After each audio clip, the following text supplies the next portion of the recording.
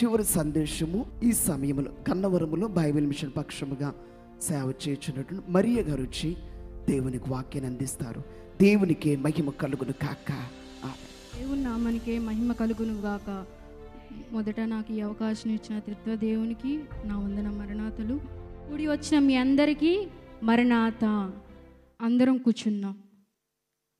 ఆదికాండము 24వ అధ్యాయము 45, 46, 47 వచనాలు చదువుకుందాం.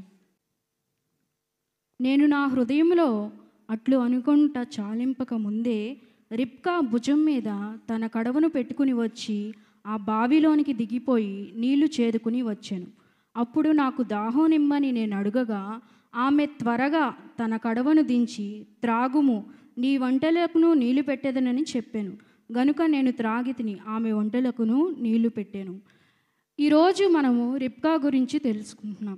రిబ్కా అనే పదము హిబ్రూ భాషకు సంబంధించినది. ఈ మాటకు గట్టిగా కట్టడం, ముడివేయబడడం అనే అర్థాలు వస్తాయి. ఈరోజు మనము మొదటి లక్షణముగా ఆమె సహకరించే స్వభావం, సహాయపడే స్వభావం కలది. మనం చూసినట్లయితే ఆమె సహాయపడింది. ఎవరికి సహాయపడింది?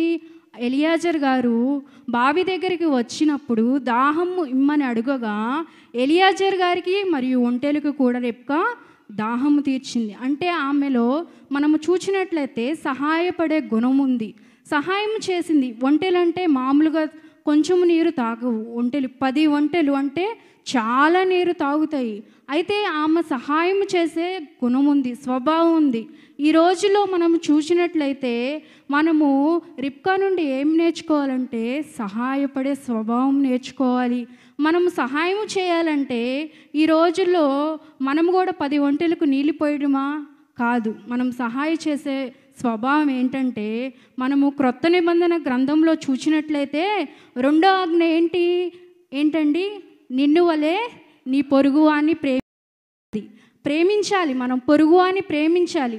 మనం సహాయపడే లక్షణం ఏంటంటే మనము నేర్చుకోవాల్సిన లక్షణము సహాయపడడం అంటే మనము ఇతరులకు సహాయపడాలి, మన సేవకులకు సహాయపడాలి, మనము అనాథులకు సహాయపడాలి, బీదవారికి సహాయపడాలి, మరి తల్లిదండ్రులు లేని అనాథులకు మనము సహాయపడే గుణము కలిగిన రిబ్కాను చూస్తున్నాం. మనము చూసినట్లయితే గలతీలకు రాసిన పత్రిక 6వ అధ్యాయము 9, 10 వచనాలు మనం చూసినట్లయితే మనము మేలు చేయుట యందు విసుకక యుందము, మనము అలయక మేలు చేసితిమని తగిన కాలమందు పంట కోతుము. కాబట్టి మనకు సమయము దొరికిన కొలది అందరి ఎడలను మరి విశేషముగా విశ్వాస గృహమునకు చేరిన వారి ఎడలను మేలు చేయదము. రిబ్కా ఏమి ఆశించి అతనికి సహాయము చేసింది? ఏమీ ఆశించలా. ఎలియాజర్ గారికి సహాయం చేసేటప్పుడు ఇట్లా నేను ఇస్సాకును వివాహం చేసుకుంటానని ఆశించి సహాయం చేసిందా? ఎలియాజర్ గారికి దాహము తీర్చడం కానీ, ఒంటెలకు దాహము తీర్చడం కానీ ఆమెకు తెలుసా? అప్పుడు తెలియదు. సహాయం చేసేటప్పుడు ఆశించి సహాయం చేసిందా? ఏమీ ఆశించి సహాయం చేయలే. మనం కూడా ఈ రోజుల్లో ఏదో ఆశించి సహాయము చేయకూడదు. తగిన సమయమందు మనము పంట కోస్తామంట. మనం సహాయం చేసేవారి ఉంటే తగిన సమయమందు మనము పంట కోస్తామంట. మనం ఇతరులకు సహాయపడాలి. రెండవదిగా మనం చూసినట్లయితే రిబ్కా ఆదికాండము 24వ అధ్యాయం 16లో మనం చూసినట్లయితే రిబ్కా మిక్కిలి చక్కనిది, చిన్నది మిక్కిలి చక్కనిది, ఆమె కన్యక, ఏ పురుషులను ఆమెను కూడలేదు. బైబిల్ గ్రంథంలో కన్య గురించి రిబ్కాని మనం చూస్తున్నాము, మరియాని మనము చూస్తున్నాము. ఈమె చక్కనిది అంట. చక్కనిది అంటే ఆమె ప్రవర్తన విషయంలో మనం చక్కనిది అని మాట్లాడుకుంటున్నాము. ఆమె ప్రవర్తన ఎట్లాగుంది? చక్కగా ఉంది. మన గురించి కూడా మన ప్రవర్తన విషయంలో ఇతరులు మన గురించి మాట్లాడాలంటే మనం ఎలా ప్రవర్తించాలి? చక్కగా ప్రవర్తించాలి. ఆమె కన్యక అంటే పరిశుద్ధత కలిగి ఉన్నది. ఆమె దేవుడు అంటున్నారు, మన లేఖనంలో సెలవిస్తున్నారు, నేను పరిశుద్ధుడిని గనక, 1 పేతురు 1:14లో నేను పరిశుద్ధుడిని గనక మీరును పరిశుద్ధులై ఉండులని దేవుడు మాట్లాడుతున్నారు. మనము ఆయన కుమార్తెలుగా మనం జీవిస్తున్న మనము ఎట్లాగుండాలి? పరిశుద్ధంగా ఉండాలి. మన ప్రవర్తనలో ఎలాగుండాలి? పరిశుద్ధతగా ఉండాలి. మన మాటలో పరిశుద్ధత ఉండాలి. మన నడకలో పరిశుద్ధత ఉండాలి. దేవుని కుమార్తెగా మనం మార్చబడాలంటే మనం పరిశుద్ధత కలిగి జీవించాలి. ఇర్మియా గ్రంథము 17వ అధ్యాయం 10వ వచనములో చూసినట్లయితే మనము ఒకని ప్రవర్తనను బట్టి వాని క్రియల ఫలము చొప్పున ప్రతీకారము చేయుటకు యెహోవాను నేను హృదయమును పరిశోధించువాడను అంతర్యములను పరీక్షించువాడను. యెహోవా అంట మన హృదయాన్ని ఏం చేస్తారంట? పరిశీలిస్తారంట, పరిశోధిస్తారంట. మనము ఈ లోక సంబంధమైన మనుషులకి మనం భయపడకూడదు. ఎవరికి భయపడాలి? మన ప్రభువైన యేసు వారికి భయపడాలి. మనుషులు చూస్తున్నారు కదా, మన పరిశుద్ధత మనుషులు చూస్తారా? ప్రభువారు చూస్తారా? మనం పరిశుద్ధులుగా ఉండాలంటే ప్రభువారు చూస్తారు. మన అంతరింద్రియములను పరీక్షించి పరిశోధించి ఆయన మన ప్రవక్తను చూస్తారంట. అప్పుడు మనము నిత్యరాజ్యానికి వారసులం అవుతాము. మూడోదిగా మనం చూసినట్లయితే ఈ రిబ్కా ఎవరంట? చురుకైనది. ఆదికాండము 24వ అధ్యాయం 18 నుండి మనం చూసినట్లయితే ఈమె చురుకుగా ప్రవర్తించిందంట. ఆమె చురుకుగా ఒంటెలకు నీళ్ళు పోసింది. ఎంత చురుకుగా చేసింది పని. మనము కూడా చురుకుగా ఉండాలి. సామెతలు 6వ అధ్యాయం 6వ వచనములో మనం చూసినట్లయితే సోమరి చీమల యొద్దకు వెళ్ళి పరీక్షించుము, వారికి పై విచారణకర్త లేకున్నను న్యాయాధిపతి లేకున్నను. వారికి న్యాయాధిపతి ఉంటారా? పై విచారణకర్త ఉంటారా? ఎవరన్నా ఉంటారా? అవంట వేసవి కాలం అందు ఏం చేస్తాయంట? ఆహారాన్ని కూర్చుకుంటాయంట. వాళ్ళకి విచారణకర్త ఉండదు. మనము కూడా మనం ఏం చేయాలంటే చురుగ్గా ఉండాలి. వారి కోసం వీరి కోసం మనం చురుగ్గా ఉండాలా? కాదు. మనం రాకడ విషయంలో కూడా రాకడ ఎప్పుడు వస్తుందో మనకి తెలీదు. రాకడ ఎప్పుడు వస్తుందో మనకు తెలీదు. రాకడ విషయంలో కూడా మనము చురుకుగా ఉండాలి. మనము చురుకుగా ఉండి దేవుడు మనల్ని ఏమడుగుతున్నారు? మన కొరకు దేవుడు సిలువలో బలియాగమయ్యారు. ఆయన స్వార్థం ఆలోచించుకున్నారా? ఆయన స్వార్థం ఆలోచించుకోలేదు. మరి దేవుడు తన ప్రియ కుమారుని ఈ లోకానికి పంపినప్పుడు మరి మన కొరకు బలియాగం అయిపోయారు. దేవుని గురించి మనం ఏమి చేస్తున్నాము? ఈ లోకంలో బ్రతుకుతున్న మనము ఏం చేయాలంటే పొరుగు అని మనం ఏం చేయాలి? నిన్ను వలె నీ పొరుగు అని ప్రేమింపమని ఎలాగైతే రెండో ఆజ్ఞ మనకు బలంగా మాట్లాడుతున్నారో మనము పొరుగు అని ప్రేమించి రాకడ కొరకు మనం మనుషులను సిద్ధపరచాలి. మనం ఇతరులకు సహాయం చేసేవారిగా ఉండాలి. మరి మనము నిర్గమకాండం 1వ అధ్యాయంలో చూసినట్లయితే హెబ్రీ స్త్రీలు ఎటువంటి స్త్రీలంట? చురుకైన వారంట. మనం హెబ్రీ స్త్రీలోలే చురుకుగా ఉండాలి. 4వదిగా మనం చూసినట్లయితే ఈమె ఆతిథ్యం ఇచ్చే స్త్రీ. ఈమె ఎవరికి ఆతిథ్యం ఇచ్చిందంట? ఎలియాజర్ గారికి ఆతిథ్యం ఇచ్చిందంట. మనము ఒకసారి చూద్దాము. ఆదికాండము 18వ అధ్యాయం 23వ వచనంలో చూసినట్లయితే నీ తండ్రి ఇంట మేము ఈ రాత్రి బస చేయుటకు స్థలము ఉన్నదా అని అడిగాను. ఆమె ఎలియాజర్ గారు నీ తండ్రి ఇంట్లో ఈరోజు స్థలం ఉన్నదా అని అడిగినప్పుడు ఆమె ఆతిథ్యం ఇచ్చేదానిగా ఉన్నది. మనము లేఖనం గ్రంథంలో మనము చూసినట్లయితే మత్తయి సువార్త 10వ అధ్యాయం 41వ వచనంలో చూసినట్లయితే ప్రవక్త అని ప్రవక్తను చేర్చుకొనివాడు ప్రవక్త ఫలము పొందును, నీతిమంతుడని నీతిమంతుని చేర్చుకొనివాడు నీతిమంతుని ఫలము పొందును. ఆమె ఫలము పొందుకుంది. ఎప్పుడైతే ఎలియాజర్ గారిని ఒంటెలను ఇంటికి చేర్చుకున్నదో ఆమె ఫలము పొందుకుంది. ఏం ఫలం పొందుకుంది? ఒక మంచి భర్తను సంపాదించుకుంది. ఏదోదిగా మనం చూసినట్లయితే ఈమె దేవుని చిత్తానికి లోబడింది. ఆమె దేవుని చిత్తానికి లోపడి ఆమె విశ్వాసపూర్వకమైన నిర్ణయం తీసుకుంది. ఏమని నిర్ణయం తీసుకుంది? ఈ దేశం వదిలేసి ఇస్సాకు దగ్గరికి వెళ్ళడానికి నిర్ణయం తీసుకుంది. మనము కూడా మన జీవితాల్లో ఎవరి చిత్తం నెరవేర్చాలంటే దేవుని చిత్తము నెరవేర్చాలి. మన సమర్పణ ప్రార్థనలో దేవదాసయ్య గారు రాసిన మాట, నీ చిత్తమే నా చిత్తము, నా చిత్తము నీ చిత్తము నాకు వ్యతిరేకంగా ఉన్నప్పుడు యేసు నామంలో కొట్టివేయమని ప్రార్థన, మనకి సమర్పణ ప్రార్థన ఉండాలి. మన చిత్తము ఎట్లాంటిది ఉంటుంది? పిల్లలు ఉన్నారనుకోండి, చాకు పట్టుకుంటే వారికి ఆపద అని మనకి తెలుసు, కానీ పిల్లలకు తెలీదు. అలాగే మన జీవితాల్లో మన చిత్తం కాదు, మనం ఎప్పుడు మన చిత్తానికి మనం లోబడకూడదు. మనం ఎవరి చిత్తం కొరకు ఎదురు చూడాలంటే దేవుని చిత్తము కొరకు ఎదురు చూడాలి. మన జీవితంలో ఎవరి చిత్తం ఉండాలి? దేవుని చిత్తము ఉండాలి. 24వ అధ్యాయంలో మనము చూసినట్లయితే అబ్రహాము బహుకాలము గడిచిన వృద్ధుడై ఉండెను. అన్ని విషయములలో యెహోవా అబ్రహామును ఆశీర్వదించాను. ఇక్కడ అబ్రహాంనంట దేవుడు అన్ని విషయంలో ఆశీర్వదించాను. కానీ అబ్రహాము ఒక విషయం గురించి అడుగుతున్నాడు. ఏంటిది ఆ విషయము? అన్ని విషయాలు అయిపోయిన తర్వాత ఇంకో విషయం ఏముంది? ఏంటిది అది? ఇస్సాకు యొక్క వివాహము గురించి. మనము వివాహము అన్ని విషయంలో ఘనమైనది అంటున్నాం కదా. మరి అబ్రహాము ఇస్సాకు వివాహం కొరకు ఆశపడుతున్నాడు, సిద్ధపడుతున్నారు. ఇక్కడ మనకి ఏముండాలంటే సిద్ధపాటు ఉండాలి. అబ్రహాము సిద్ధపడుతున్నాడు.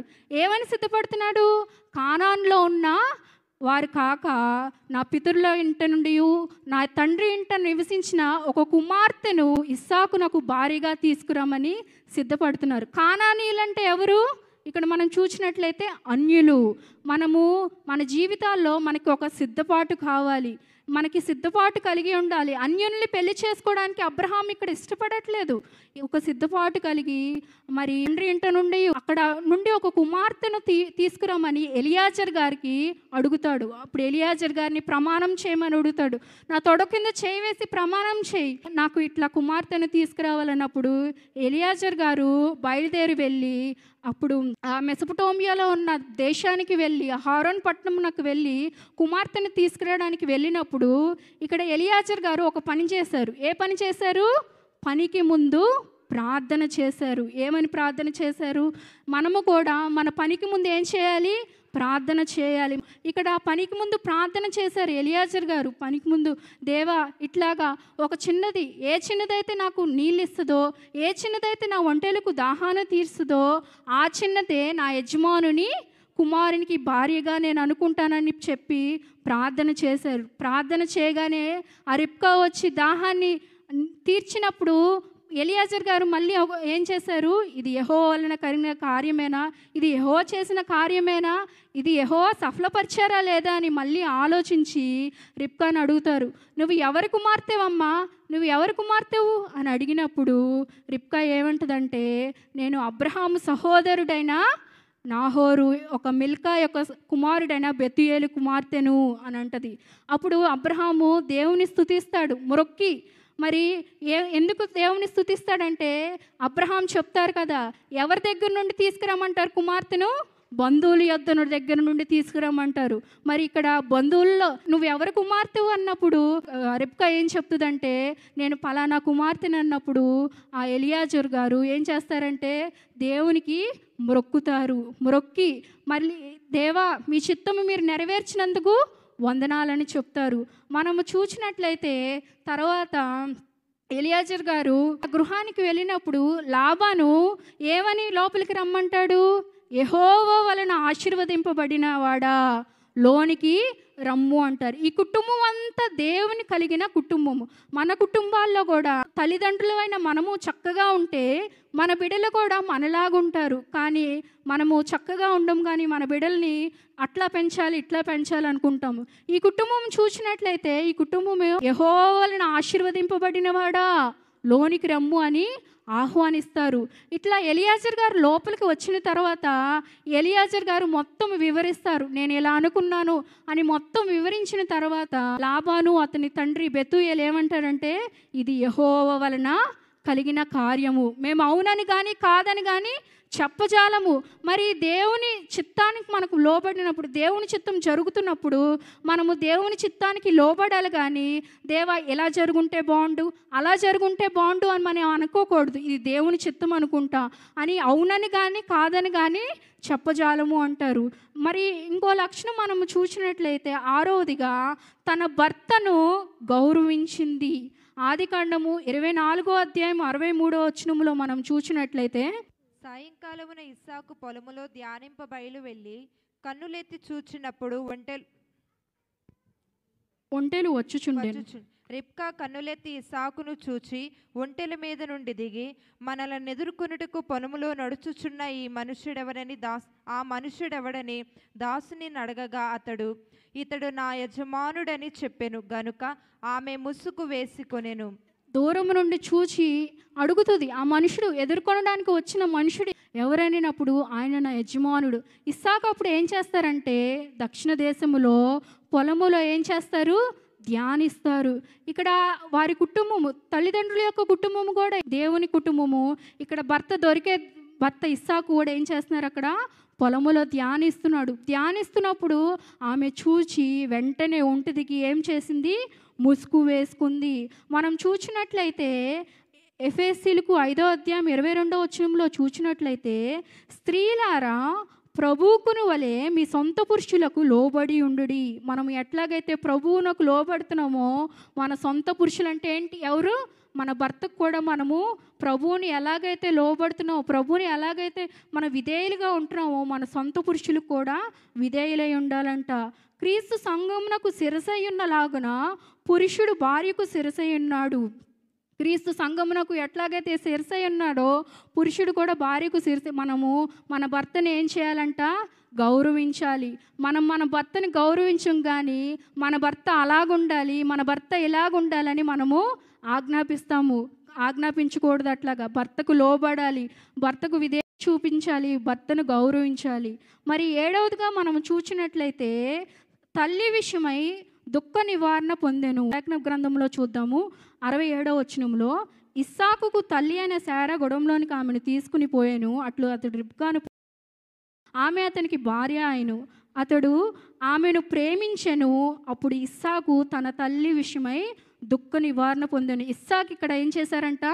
రిబ్కాని ప్రేమించాడంట. మరి ఈ రిబ్కా వెళ్ళాక మరి శారా గారు చనిపోయినప్పుడు ఇస్సాకు ఎంతో దుఃఖములో ఉన్నారు.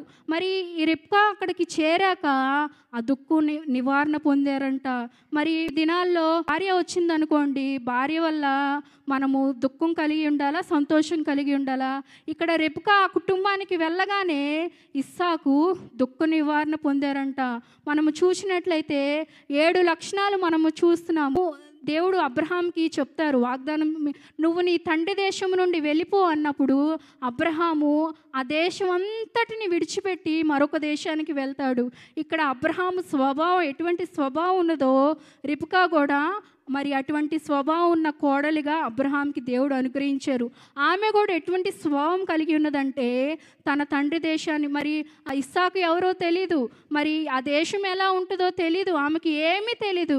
కానీ దేవుని చిత్తానుసారంగా ఆమె నడుచుకుంది. ఆమె నడుచుకుని తన తండ్రి దేశము వదిలేసి వెళ్ళిపోయింది. మరి అబ్రహాము ఎట్లా ఉన్నారంటే ఆతిథ్యం ఇచ్చేవారిగా ఉన్నారు. మరి ఇస్సాకు కూడా మరి దేవుడు అబ్రహాము ఇంటికి వెళ్ళినప్పుడు ఎలాగైతే ఆతిథ్యం ఇచ్చారో ఇక్కడ రిబ్కా కూడా అటువంటి లక్షణాలు కలిగి ఉన్నది, ఆతిథ్యం ఇచ్చేలాగా కలిగి ఉన్నది. మనము దేవుని బిడ్డలుగా ఉన్న మనము ఎలాగుండాలి? దేవుని కుమార్తెగా ఉండాలి. దేవుని కుమార్తెగా ఉండాలంటే ఎలా ఉండాలి? దేవుడు పరిశుద్ధుడు కనుక మనము కూడా పరిశుద్ధులై ఉండాలి. రాకడలో మనము జీవ గ్రంథంలో మన పేర్లు లిఖింపబడితే అంట. మనం గ్రంథం విప్పినబడినప్పుడు మనము ఈ లోకములో ఎలా జీవించామో, ఎలా నడుచుకున్నామో, మన ప్రవర్తన ఎలా ఉందో అదంతా దేవుడు చూస్తారంట. జీవ గ్రంథంలో లిఖితమైపోతాయంట. మనము మనుషులను బట్టి మనము ఉండకూడదు, మనుషులకు భయపడకూడదు. ఎవరికి భయపడాలి? దేవునికి భయపడాలి. దేవుని నామానికే మహిమ కలుగును గాక. ఆమేన్. రిబ్కాను కూర్చున్నటువంటి అంశము దేవుని ఆత్మచేత అందుకుని మనకు అందించినటువంటి మరియ గారికి, బైబిల్ మిషన్ స్త్రీల ఈ మహాసభలు తరపున వారికి మా హృదయపూర్వక వందన. మరణాత. దేవునికి మహిమ కలుగును గాక.